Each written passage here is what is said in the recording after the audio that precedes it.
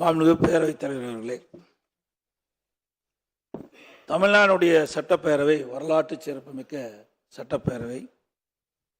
காலங்காலமாக நம்முடைய மரபை நாம் கடைபிடித்து வருகிறோம். மாண்புமிகு சட்டப்பேரவைத் தலைவர் அவர்கள் அந்த ஆசனத்திலே அமர்ந்து முதலாக பேசுகின்ற பொழுது பல்வேறு தலைவர்களை குறிப்பிட்டெல்லாம் அவர்களுடைய வழியிலே இந்த அவையை நடத்துவேன் என்றெல்லாம் கருத்துக்களை அங்கே தெரிவித்தீர்கள். ஆனால் இன்றைய தினம் தாங்கள் சொன்ன அந்த கருத்துக்கள், அந்த மரபுகள் கடைபிடிக்கவில்லை. அதை கடைபிடிக்க வேண்டும் என்று தாழ்மையோடு நான் இந்த நேரத்தில் கேட்டுக்கிறேன். ஏன்னா தாங்கள் சொன்ன கருத்து தான், நான் சொல்லலை.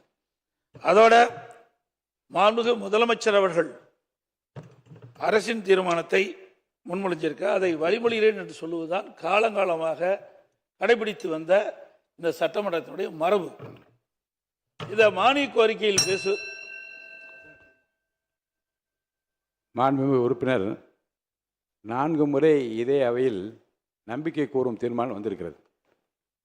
இந்த 4 முறை வந்தபோதும் மாமன்ற உறுப்பினர்களுக்கு ஏன் நம்பிக்கை வைத்திருக்கோம் என்று பேசுவதற்கும் அனுமதி அளிக்கப்பட்டிருக்கிறது. நம்பிக்கை இல்லை என்று சொல்கின்றவர்களுக்கும் வாய்ப்பு அளிக்கப்பட்டிருக்கு. அந்த வகையில் தான் இன்றைக்கும் நம்பிக்கை கோரும் தீர்மானத்தின் மீது ஆதரவு அளிப்போரும் பேசுகின்றார்கள், எதிர்த்து கருத்துக்களை கூறுவோர் கூறிக்கொண்டிருக்கிறார்கள். அரசினர் தீர்மானம் இந்த காரணத்தால் வழிமொழிய தேவையில்லை.